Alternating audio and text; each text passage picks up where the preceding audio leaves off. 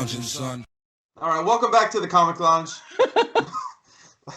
My name's Ryan, and with me, as always, is my co-host, the one and only Dylan. And hi guys. We're both very tired. We both work a lot. It's exhausting. but I'm just gonna start a GoFundMe where I'm just not a GoFundMe. I'm gonna start an OnlyFans where as I'm reading comics, I stare seductively into the camera, and I will charge $1 for it. You know what I mean? And who knows? Maybe I'll have a shirt on. Who knows? Maybe I won't. It's not a bad idea. Yeah. Y'all not ready for all this jelly, bro. They're not ready for all this jelly. All right. Well, anyways, this week we are going to be talking about Teen Titans Academy #1, Batman Superman 16, Detective Comics 1034, and Bitterroot 11. Yes, that's a lot of DC books. There's just with all these that's some good titles. Yeah, there's just a lot. I mean, there's stuff that we couldn't talk about, obviously, because there's only so much time we have to. But I will give a shout out to Harley Quinn #1 by Stephanie Phillips and Riley Rossmo. That was pretty dope. I enjoyed it a lot. It was a great start. Like, I enjoyed it a lot more than I have a Harley Quinn book. Like, the Future State stuff was cool, but this is like the Harley that I kind of wanted to see, and it definitely delivered. So I think anybody, if you're a Harley Quinn fan or you haven't been reading it for a while, this is definitely a good one to jump on. And then another shout out would be to Action Comics. I miss Action Comics. I meant to read Action Comics. Yeah, it was the second part with the Phil Hester art, Philip Kennedy Johnson, the Golden Age. It is like the most Superman comic that I've read. This 2-issue story was really cool. Philip Kennedy Johnson, I'm very excited to see him now get into the meat of his run. I love the dynamic that he writes between him and John. I think it's phenomenal. And then there was Midnighter backup story by Becky Cloonan, Michael Conrad, and Michael Avenomi. Yeah. So that was dope too. I love Becky Cloonan and Michael Conrad. They are great. As a tandem writing team, they're great. I love it. The stuff they did for Future State, fantastic. Wonder Woman was dope. You know what I mean? So I'm here for all of it, dude. I'm looking forward to their future. Yeah, dude. But let's jump into the books that that we're gonna dive a little bit deeper into. I'll let you lead off. You choose. Let's go off a Bitterroot. That way we can just talk about the DC stuff, no interruption. Bitterroot 11, brand new story arc, introduction of possibly a new demon. Yeah. Anyway, it's an issue 11, but it's an issue 0 for the new story arc. Yes. It's issue 0 for a new story because it kind of recasts what went on in the first 10 issues, which thank God they did because I forgot a bunch of it because it's been so long. And I didn't want to have to go back and read issue 10 again to get a closeout. So that kind of, they gave us a brief synopsis of everything that was going on, all the sangries that we were reintroduced during the second half of the first arc. What can I say about Bitterroot that hasn't already been said? Like, this 11 just seems to continue on with fantastic art, fantastic storytelling. I'm really looking forward to what's gonna go on moving forward because it introduces a whole new dynamic where the monsters, the Jinnu and the Inzondo. Yeah, the Jinnu and the Inzondo. So now everybody knows about these things, and it's a thing now. It's become a part of society. It's become part of the culture. I mean, people know that these monsters are born out of hate and fear and ignorance and jealousy and all that stuff. But by the end of the issue, we kind of get an inkling of what's to come, and that's an introduction of a new kind of demon and possibly more different kinds of demons because the monsters and the evil in the world, like they say it that they infect more than just the jealousy, more than just the hate. You know what I mean? So I wouldn't be surprised if we get like a plethora of new monsters and going forward, and introduction to new characters and more on the other families that's been fighting the monsters, because like in the first arc we get like the Chinese family that was fighting it, we Right, get right, like the right. white family that was fighting it. So I would like to see more integration with that. I think that's going to be really cool. But all in all, I thought it was great. It's great to step back into that world. The creative team is just fantastic. I mean, I feel like Sanford Green's art just progressively gets better with each issue. And Hmm. it's apparent, especially in this one. It's apparent, especially in this issue, how fucking cool it looks, dude. Like it, jeez. Ah, I can't get would over read it. a book where he just drew somebody sitting on a bench for 22 pages. Like that's how much I love his art. I love it. I mean he's in my top 5 favorite artists right now. And Yeah, I just like, yeah, every like character he's, looks so unique, dude. oh, I Every know. He character looks doesn't, so unique. I know, because you know how like some artists it just looks like it's the same face, just Yeah, different colored hair sometimes. Like I yeah. hate No, that's that how in I that. feel. That's how I feel with my art. Like I feel like when I draw men Oh. and when I draw women, it's like the same faces over and over again. I mean, I'm trying to get better, but I mean, I feel like Sanford Green, like he is the master. This arc getting me very excited. I loved it when it came out, and I loved the second arc a lot. And this one, it's really getting its footing. I feel like, and like I love when a comic book can recap what happened without it feeling like fuck. I don't want to read this right now. Because some Yeah. comics, especially like when we were kids, right? Like those recaps or in Silver Age, like where they're literally like explaining to you what happened, like in the Over last and issue, over again. over and over. It's like, dude, I don't want to see this every single time. But this one was X-Men cool, X-Men and were notorious for that. The I X-Men know Silver I Age, can't read, X-Men Bronze Age were I can't read them. I just like, you know, it's hard to read, dude. But this one is dope. But what I do like is that like Dr. Sylvester, right? Like he was their enemy in the first arc, but now he's yeah. helping them, right? I first of all, I love Berg. I indubitably, it's Indubitably. probably one of my favorite words, just because of this fucking comic. I just love like how he stands there with that smug look and just one word, dude. Yeah. Indubitably, you know. Indubitably. I love that the cop is now working with Ma Etta, and he's Yeah. got like this inherent like natural ability to do root work. Yeah. So we're starting to like see more characters. We're fleshing out what's going on. We're continuing to see this parallel of this bigotry and hate told through this lens of 1920s Harlem monster hunters, and I'm really really digging it. I like it doesn't beat you over the head. It's not like too in your face with it. It's perfectly balanced. Chuck Brown and David Walker have really crafted very unique and awesome story, right? The only thing is, like, I hate that it takes breaks, but like I was talking about this with a customer, I'm willing to take to have a little bit of a break between arcs because the quality of the book is always there, right? Yeah. If Sophie Yes. Dodson that got added on as the colorist with the last arc, she's killing it. You have Shelley Bond on editing now that she came in with the last arc too. His It's a books dream got team. it This is is a dream team. it's got the whole package, dude. It really does, And like Blink's mom coming back, we're starting to get like to see like, that relationship building out again. And Cullen, right? Cullen's kind of, he's kind of a little bit of a douchebag his time in what did they call it? It's basically it was like purgatory. I can't remember the exact name. Uh, Barzak. Okay. So Barzakh. Barzak. right. So, like we got that and he's coming back. He like everybody's kind of going on their own direction, doing their own thing, right? And they had to go tell the family of Johnny Ray how that he died. Yeah. It's just funny because he came from like a southern like really racist like fucking group that he was with, and then he ends up sacrificing himself, Yeah. right? I like Like Johnny Ray. so I did like I. I thought Johnny Ray. I He thought he was ended a up cool side character. Yeah, like his evolution within a few pages was great because like he went from literally wearing a hood to becoming freaking Ma Etta's freaking best freaking hand. Like that shit was great. I mean, really a really fast. This is a really fast paced comic, especially if you read it in chunks like I did. So good.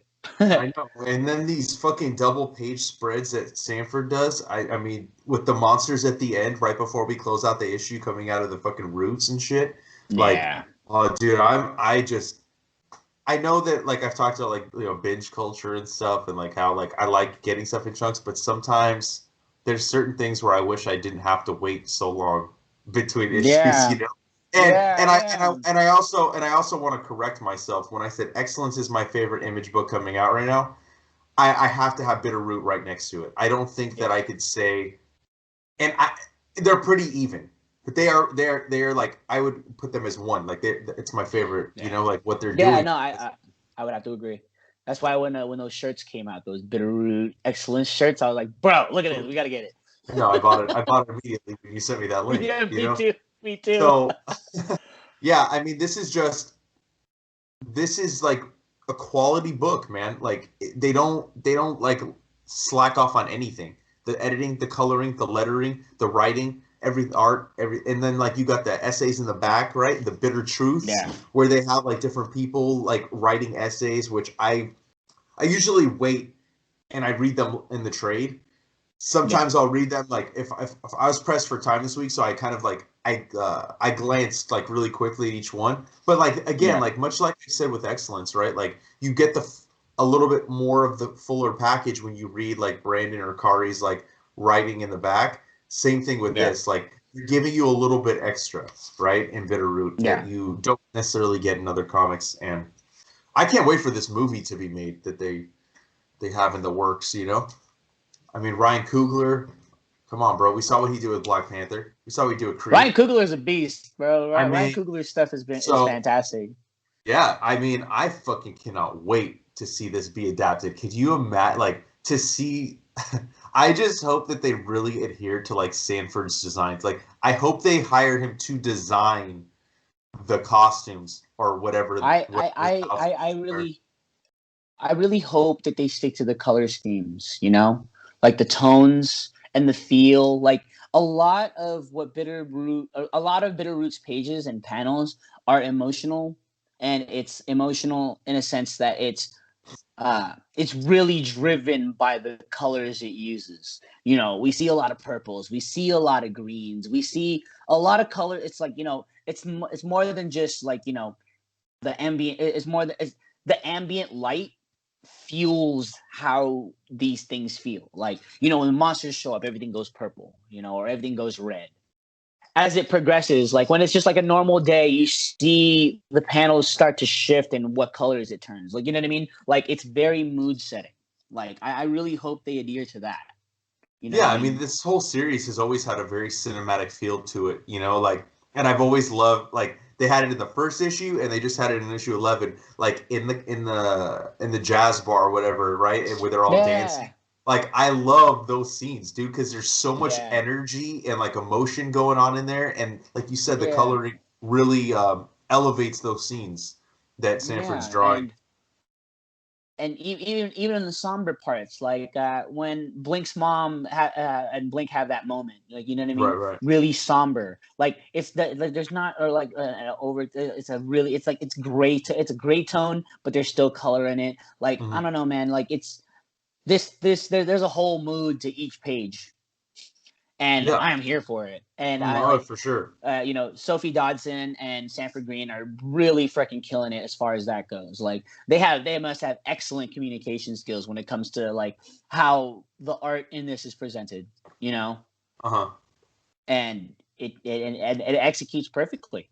It executes perfectly. Like you said, like when they had like during the jazz moments back down at Sweet Pickens, you feel the vibe, you feel the energy, you feel like everyone who survived that fateful night when everything went to hell, right? And boom, everybody's happy. This is how we fight the demons away. We sing, we dance, we freaking we live. Like you know what I mean. Hmm. And these pages are exactly that. They're alive, and I love it. I'm here for it, dude. Bitterroot, fantastic. Yeah. 10 out of 10 for me. Same. I mean, I'm so glad that like our week wasn't dominated by DC because it very easily could have been Yeah, just easy. straight a DC week and nothing else. But I did not want it to be that, and thank God for Bitterroot because I was anxious for this to come back, much like I'm very anxious for the next issue of Excellence. I really want to see a crossover somehow. If they could somehow make, I mean, they could because they could have the Aegis, Excellence right, is in the magic. 20s. So the Aegis was around for a long time, right? This is only in the Yeah. 20s. It's not that far off. So, dude, let's fucking get a crossover, guys. I mean, even if it's a one shot, I would love to see it. I know that. Just give us like a crossover graphic novel. I'll shell out $15 for that. Yeah, I'll easily. shell out $20 for that, easy. I'll show it 20. Like, yeah, I'll shell out $20 for that, easy. I'd read the shit out of that. Oh God! But yes, so if anybody listening, if you haven't picked up Bitterroot yet, there's 2 volumes out right now. Go pick that shit up. Any good Perfect time comic to book catch up. store will have those both in stock. It's an Eisner Award-winning book. It's I got make Eisner. sure we have it in stock. Yeah, I mean That it's in my. excellence. I It's in always my. make sure it's in stock. Of course, it's in my picks. I made a section for like essential graphic novels for anybody that's like new getting into comics, things that I think that like anybody could pick up and enjoy. Bitterroot and Excellence are both on those as well. But yeah, I love the book. Let's jump into DC. I will start off with Teen Titans Academy. Let me read the credits real quick. Tim Sheridan, our boy Tim Sheridan writing, right? We got Rafa Sandoval as the penciler, Jordi Tarragona inker, Alejandro Sanchez colorist, Rob Lay is the letterer. I enjoyed it.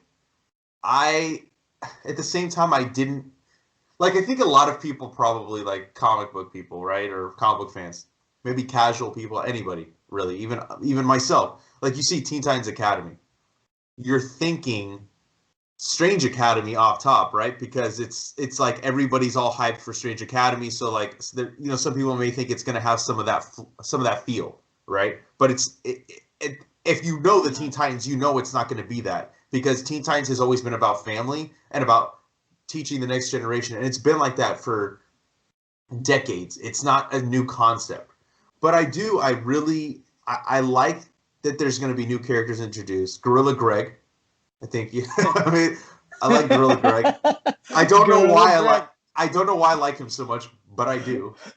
Gorilla Greg. As soon as I heard his name in Future State Teen Titans 1, his name's Gorilla Greg. Yeah. Okay. And I like the concept of okay, look, we have the original Titans, right? We got Cyborg, Nightwing, Beast Boy, Starfire, Raven, and Donna Troy. They are the teachers, right? Then you have upperclassmen who are the active Teen Titans that are fighting crime out there with Kid Flash, Red Arrow, Crush, and the rest of the gang, right? And then you have the freshmen. These guys aren't fighting crime; they're being trained, and we haven't really gotten too much time with each individual one. I don't even think we've gotten the names of each individual one yet. And I love Patch. I like Patch too. I like Patch too. Like, is he like Ragman's sidekick or something? Like, is he like that was my first inkling. Like, oh, he looks kind of like Ragman, but maybe that's just me.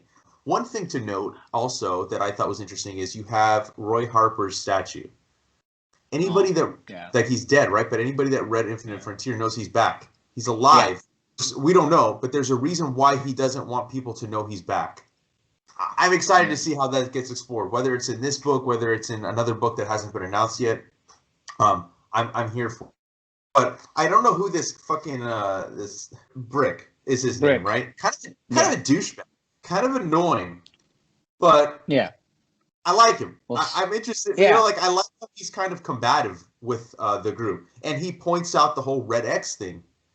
Dick Grayson admits he's Red X, right? But there was 2 other ones, and they're both dead. So, like, is there gonna be like a whole like thing with Red X, like building out this like kind of Red X lore, like this myth of the character and who he is and who's wearing the mask, and so I'm kind of excited for that. And then you got like the Starfire Dick Grayson moment, which I thought was kind of odd because we had Tom Taylor. Starfire's still the ultimate babe, and I'm glad that they're utilizing every inch of babeness to Starfire. Just saying, to put that out there. Let's continue. That's fine. I'm team Barbara and Dick, so I'm all for Barbara and Dick too. Honestly, I think Barbara and Dick is great. But I also just like Starfire. Starfire by herself, Starfire with Dick, Starfire with anybody.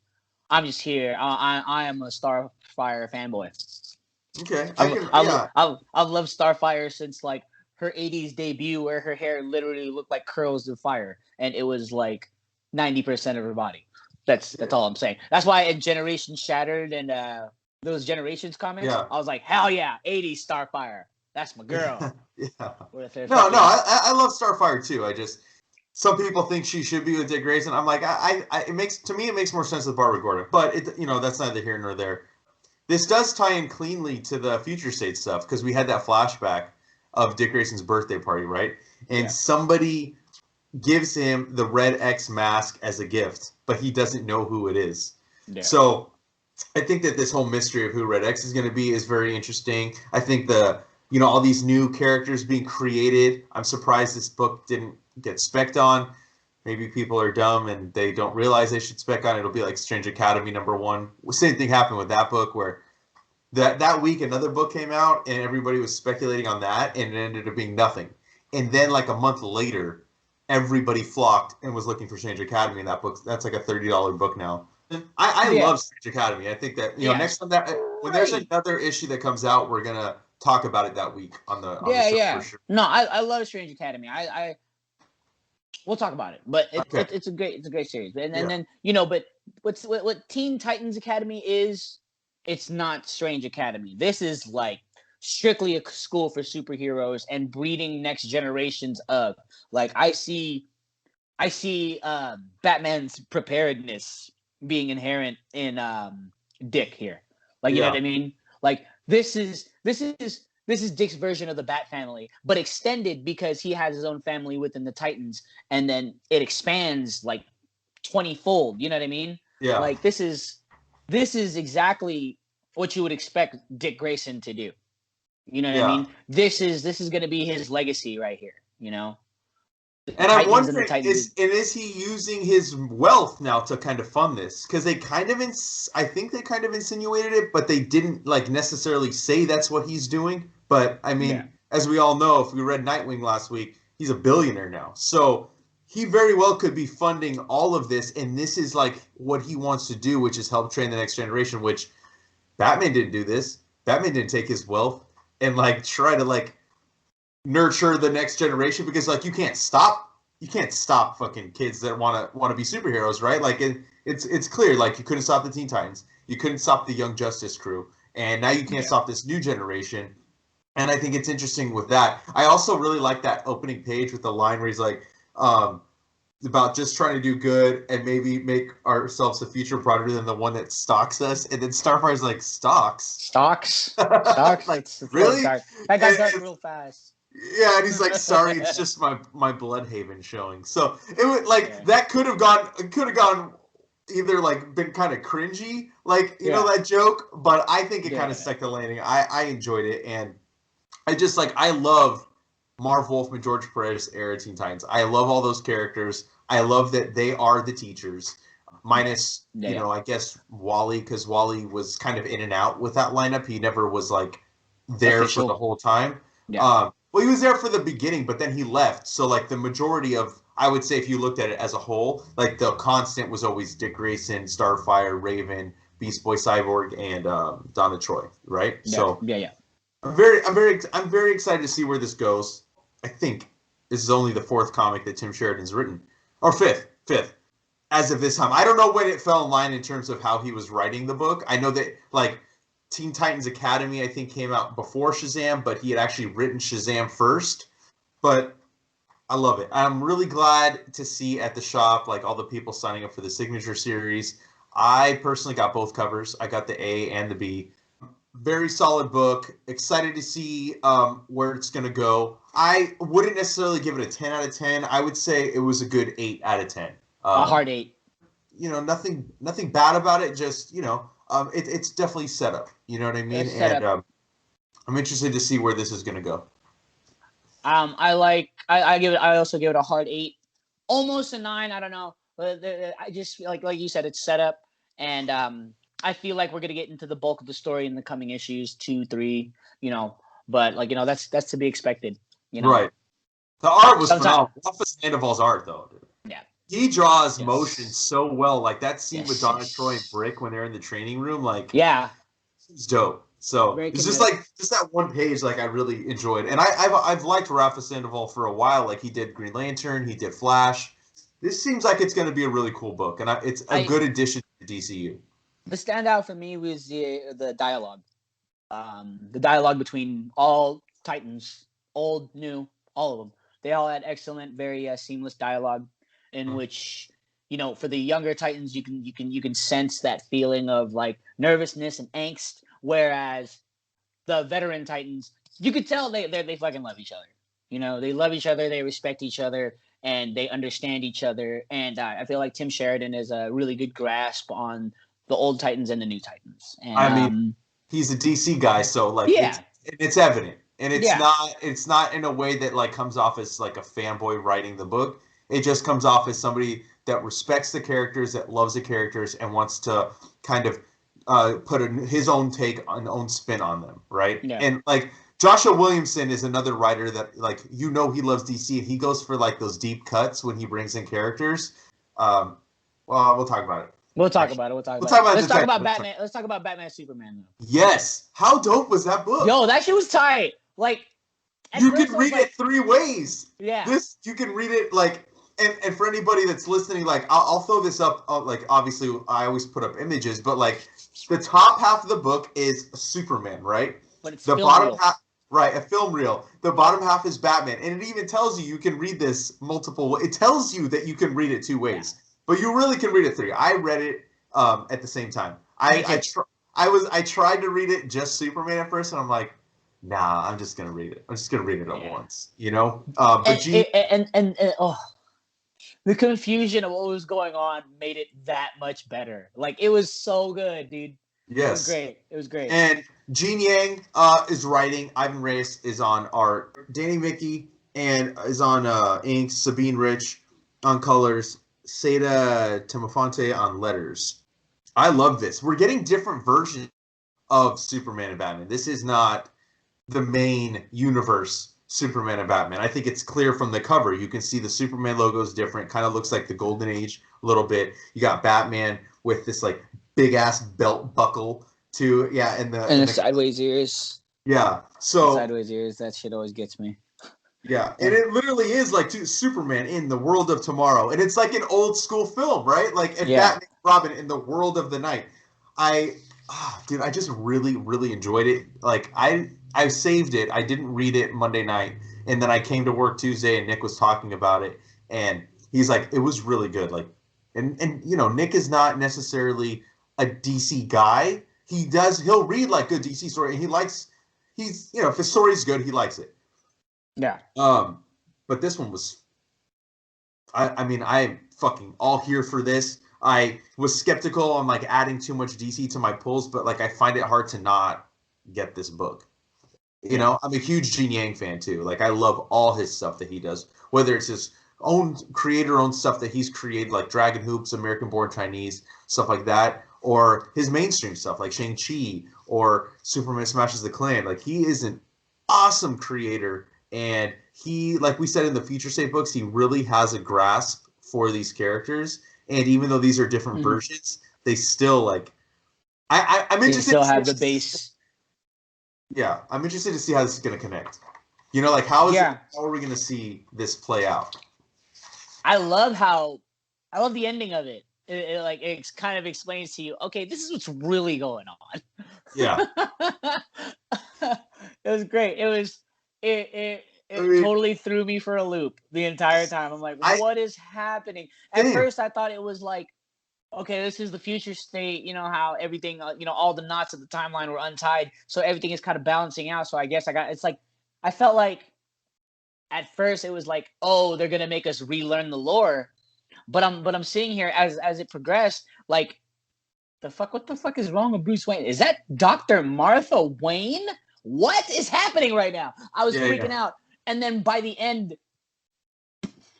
mind blown. I know. It's a fucking, like, what is that? It's a satellite that's just wrapped up in old film reel? Yeah. Like, what the... Dude, I mean... What is even happening? Oh, man. I am, like, so fucking... Does this mean we're going to get 2 Batman and 2 Superman? Because that'd be awesome. I mean, I feel like we might. I feel like they are going to, like, are they going to somehow get into these old film reels? Or are these characters from the film reels going to come out into, like, I don't know. I mean, either way, I'm it's, here for it. And then yeah. Lex Luthor, the unknown wizard, and then Spider Lady. What is happening? Yeah. I know. I feel like Spider Lady is an old character from something. I remember. I don't want to get this wrong, but I don't know if it's from one of the old Superman cartoons or one of the old Batman serials that they did, because like they had like those live action ones. So I feel like these are characters that have been around. These aren't new, Yeah. but he's putting a fresh take on them. Yeah, And like unknown wizard. I feel like that's I feel like that's very campy, very 1940s, 1950s comic book, whatever. Like, you know what I mean? Like, I'm here for it. I want to know more. I And know. that's the fantastic thing about good writing. Like, especially if you could, like, you know how I love the reintroduction of old characters, especially C-list characters, D-list characters, and brought back into the forefront. Like, you know what I mean? We Yes. talk about it how Marvel does it a lot, and DC somewhat does it, kind of yes, kind of no. But I feel like The like last Yin person Yang, to do it good was Jeff Johns. yeah, yeah, Right? Yes, he did it all the time. He would Black Hand. yeah, Black Hand. People Black fucking made Hand, fun of that motherfucker. Look what he did. yeah. And He was he changed him into something crazy. Black yeah. Hand, That like dude changed the DCU. yeah, Like his yeah. actions, right? Like so. Yeah, I love seeing old characters get reimagined. I hope that people pick this book up and I mean, I was trying to hand sell it too. Again, another book we almost sold out of, Detective Comics, which we're going to talk about next. We didn't have a lot of copies of, so people are liking what DC's doing. I've been telling people at the shop, I'm like, I have been talking shit about DC. I was talking about shit a year ago about DC Comics. My pull list had basically no DC books, which was rare for me. I grew up a DC kid, you know what I mean? Like I had DC characters tattooed on my arm. And I was very disappointed with what they were doing. Right now, I have not been this excited. I guess since Rebirth, but Rebirth fell off for me pretty quickly overall. Not in all the titles, but like as if you looked at it as a whole, right? Yeah. So far, Infinite Frontier is just they're killing it, dude. They're knocking I'm it out of the loving the park. talent. I'm loving the talent that they have on these books. Let's And talk even the about books that talent. haven't. Yeah, and even we will, and even the books that haven't come out yet that are coming out. Jeffrey Thorne's Green Lantern, Joelle Jones Wonder Girl, Brandon Easton with his Mr. Miracle. There is some good stuff coming out, and I feel like we haven't even touched the surface of like maybe some other titles that are going to be coming out. Milestone, before I forget, like I don't want to leave this episode without talking about it. Like they originally were gonna be digital first. Now they're Yeah. fucking dropping same day print, and it's about fucking time that they announced that because I know, like I'm in the Milestone fan group on Facebook, and I know a lot of people were like, I'll just wait till it's in print. And that lineup, dude, all the friggin' all my favorites out of Milestone. All my favorites out of Milestone. I mean, friggin' we're looking at Hardwire. We're looking at Static. We're looking at Icon and Rocket. Our boy Brandon Thomas writing Hardware. Yes. I'm so excited. I'm gonna be a big advocate of Milestone at my shop. Get Milestone. Get the Milestone stuff. Get the Milestone stuff. Oh yeah. I'm gonna be very active as far as that goes. I'm looking we're forward gonna to be it. talking about it too. So, Yeah. Milestone rollout. Yeah. Can't wait. Yeah. Oh. Now let's talk. Now speaking of talents, this is something we've been super excited about Oh my since god. before Future State. When they announced the creative team getting together on this, we spoke of this like from the high heavens. Like, you know what I mean? We are here for it, and it did not falter. This did not. I love this. I love every single ounce of this. I love the setup. What are we talking about? We're talking about Detective Comics, of course. Detective Comics 1034. Mariko Tamaki so good. and Dan Mora. Oh. Jordy Belair. Oh, Jordy Belair. Yeah. Like on color and lettering. Damn. Do you have it all like memorized already? I just know Jordy Belair. Letter is our boy Aditya Bidikar. Oh, Aditya Bidikar. Man, dude, this whole lineup is freaking. Look at the resumes. Look at every single one of these person's resumes, and look at what they've had a hand in, and look at what they're putting their hand in now. This comic does not falter, does not fail. Mariko Tamaki does an excellent job of setting up poorer Bruce Wayne. Yeah. Oh, he's got to live in this and fucking, like in He's the gonna live in downtown town. now. He has a brownstone in downtown Gotham. Oh, this is poor Bruce Wayne. But it's dope though, dude. No, it's great. Oh that's like the only part of this that I can make fun of. Yeah. It was like the only part of this I can make fun of. But there's a part in here where he kind of admits exactly what he, like there's a bit of there's a lot of realization for Bruce Wayne. Like, yeah, he has less money, but he also, without the financial support he needed to do the things he did, he has to do a lot of things by hand. And like, there's a moment in here where his back actually cracks, and he's like, ah. I'm like, yeah. Welcome to my world, motherfucker. Welcome to my mornings. Yeah, every day. Yeah, every day. No, but it's cool. Like I said, like the deconstruction of superheroes, as far as who they are and what they can be. Like this is a prime example of that. I'm here for it. Dan Mora's art knocks it out of the park. I mean, I refuse to say anything more about Dan Mora because I feel like every time his name is mentioned, I'm just repeating the same things over and over and over again. Splash pages, colors, lines, freaking action sequences, freaking his large, like his being able to draw crowds, like these things, the Nakano TED Talk that he has, like everything about this screams modern, screams like it's dope, dude. And they couldn't have picked a more perfect artist for this than Dan Mora. Oh, he killed it. He killed it, bro. I mean, from the just a simple the way he depicts Bruce Wayne looking run down, like as he's getting approached by his neighbor that's like trying to invite him to the party, right? Like you can just see like in the eyes, dude, like how he's just like he's worn, dude. Like he's tired. He is tired because he's now building his own mini bat caves underneath Gotham, which I really loved. No Alfred. No Alfred. He's by himself. This is what I told you when I said that I wish James Tynion got to this Batman, or to this, like, what he wanted to do, which is take the wealth from him. I wish he got to it sooner. I wish we had one arc, and then Bruce lost everything, and, like, there was no Joker war. Like, I don't know. I felt like it just took a long time to get to this. Maybe not even a full arc. It should have been like the first like 3 issues of his run, and then it should have been quick, is all I'm saying. But This is the Bruce Wayne I want to see. This is the best Batman I've read in a while. I did like James Tynion's issue Batman 106 that came out this month as well. But this I liked a lot more. We get a little bit more Bruce here. It's not so much of, Ghostmaker, which is what, like, and don't get me wrong, like the art is phenomenal on Batman. Jorge Jimenez is killing it.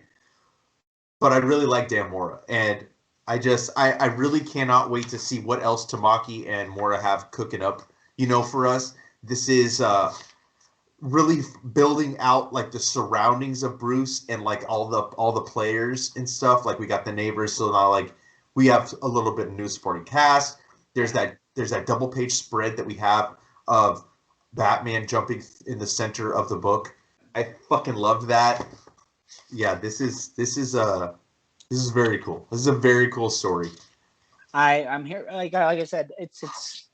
I mean, it opens as your typical Batman story.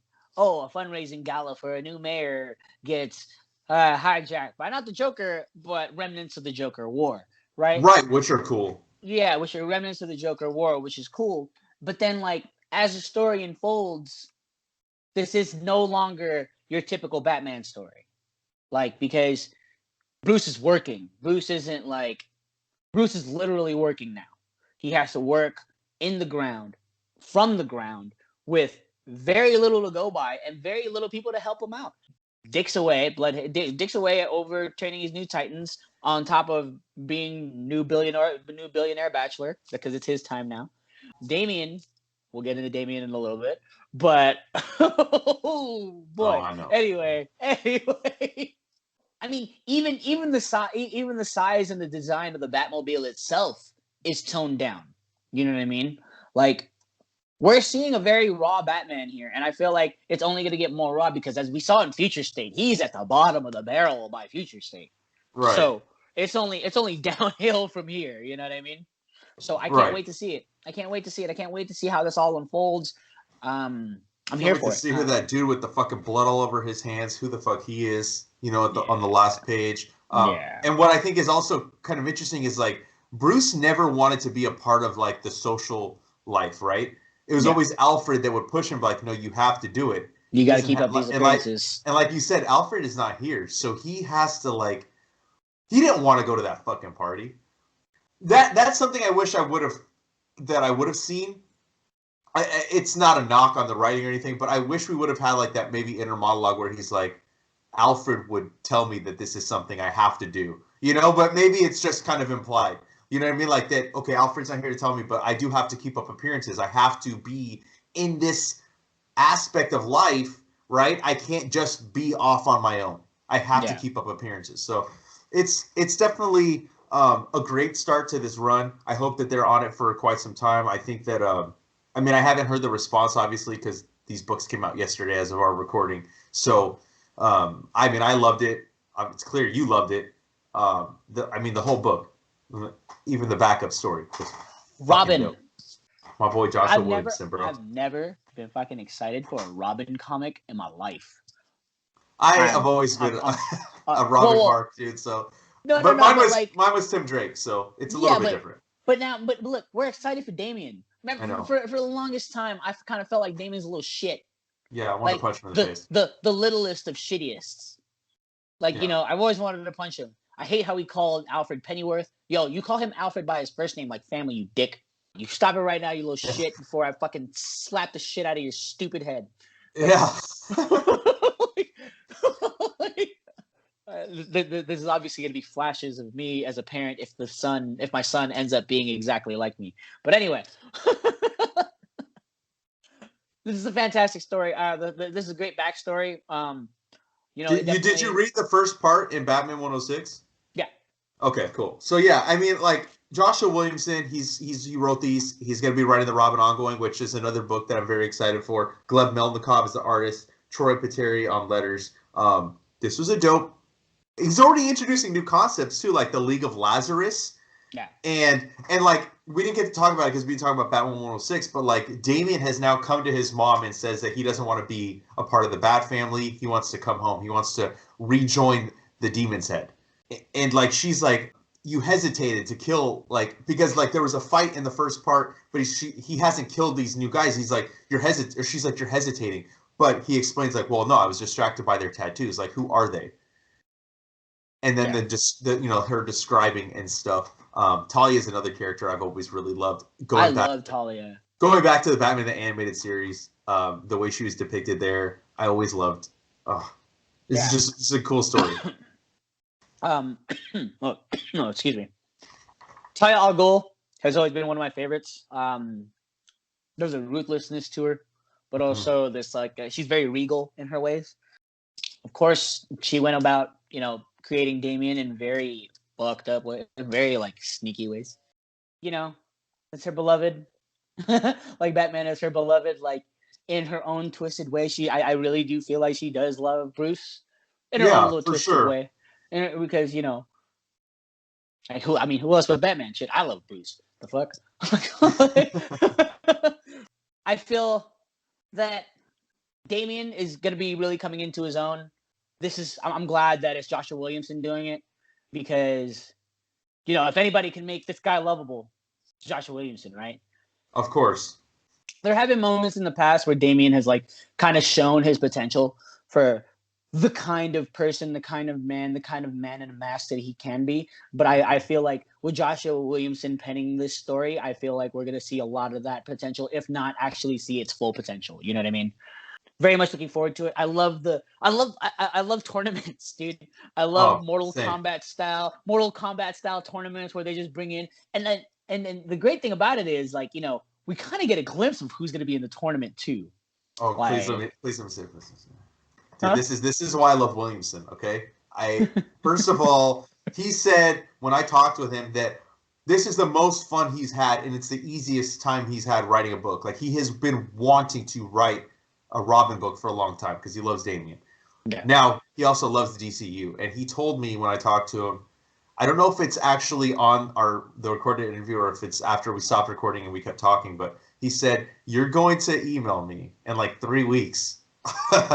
And he was right, because when I got to the final page of this fucking book, spoiler alert, he brings back a character, Connor motherfucking Hawk, Ollie's son, dude, is back.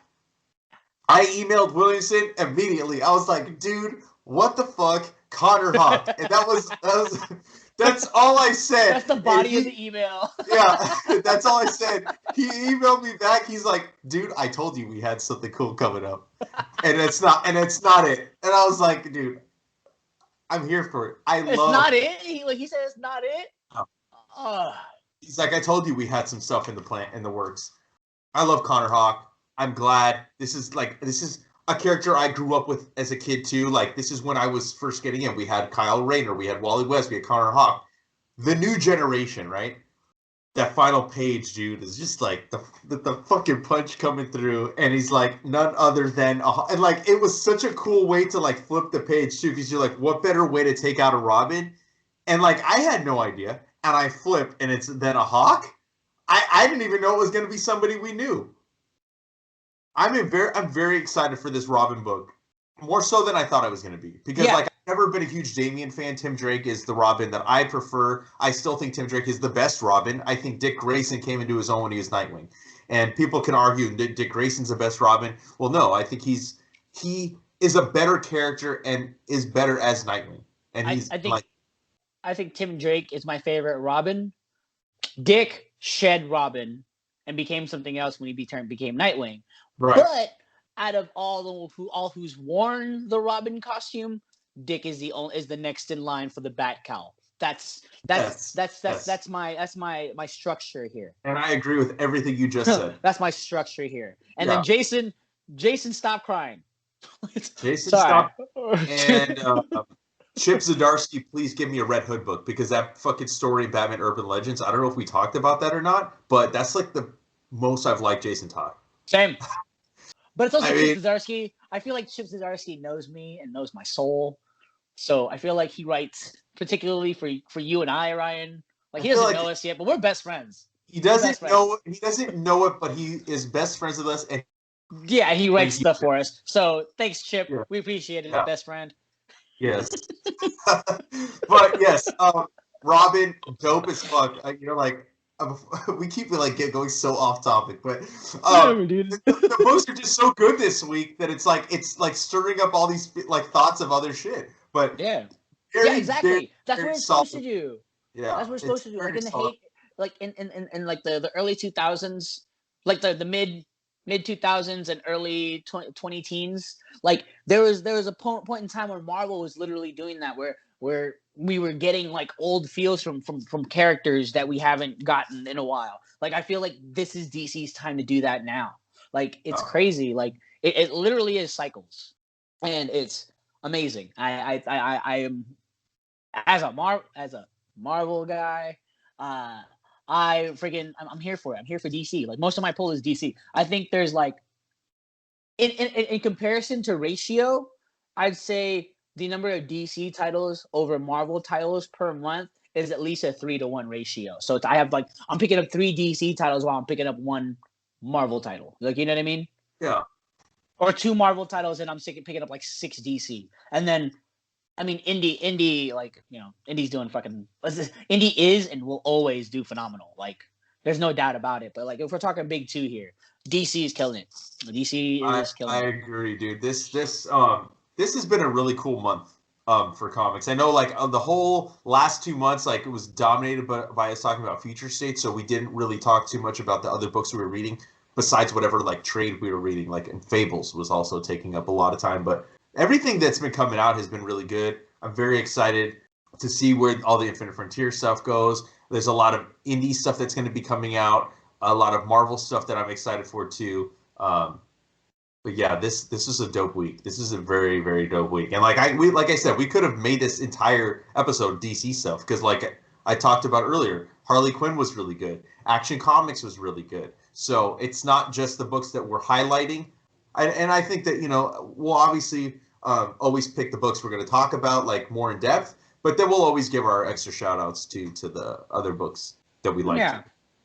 But yeah, that's all I got. I mean, but so far, like out of the 4 we read, every single thing solid enough for me to recommend it to people. Everybody go pick these up if you haven't already. I feel like you have. I mean, these are definitely the standout titles. Like, but Bitterroot, it's a 50-50. So if you haven't read Bitterroot, I suggest you start and then catch up with us, because odds are we're probably gonna talk about Bitterroot next month because it's just that damn good. I'm predicting it now. I'm predicting it. We're going to talk about it, and we're also going to talk about excellence. Yeah, but next week, I'm just going to throw this out there. I really want to talk about Flash, since it's the new creative team, and how much I love Flash. So talk about jumping that. On point for me, because I haven't been reading any Flash points, so this is going to be good. This is going to be good from a jumping on point standpoint. I feel like that'd be good for us to talk about it. And then Beta Ray Bill. Daniel Warren Johnson. We have to talk about that next week. I would also like to do the other history of the DC universe. You know who it is, right? Katana. Okay, fuck, that's a heavy read. All right. Hopefully the books come in today so that I have a little bit of a lead time, because that's like a 2-night read. That's a 2-night read, yeah. So yeah, I'm down for that. So we'll do Beta Ray Bill, we'll do Flash, we'll do other history of the DCU. I don't know what other DC books are out, but I think let's just keep it to those 2 DC books. And then either we could do Silk. I don't know if you want to kind of check that out. The Cindy Moon Spider-Man character. What? Or you know what? Yeah. Okay. We could do Silk, or we could do that Shadecraft book from Image that is already being adapted. Let's do Shadecraft. Because I actually started reading it, and I'm kind of liking it. Okay, cool. So so next week we'll do Shadecraft, Other History DCU, Flash, and Beta Ray Bill. Cool. Nice little mix of books. But yeah, so that's all I got. And if you're not already following us, follow us on Facebook, Twitter, and Instagram at The Comic Lounge. You can follow Dylan at the Dillbot on Instagram. Make sure you throw your comments or suggestions down below, or you can also email us at thecomicloungepod@gmail.com, and make sure you like, follow, and subscribe to the YouTube channel, and hit the bell icon so you're notified every time a new vid goes up. And on that note, we're out. Later, buds.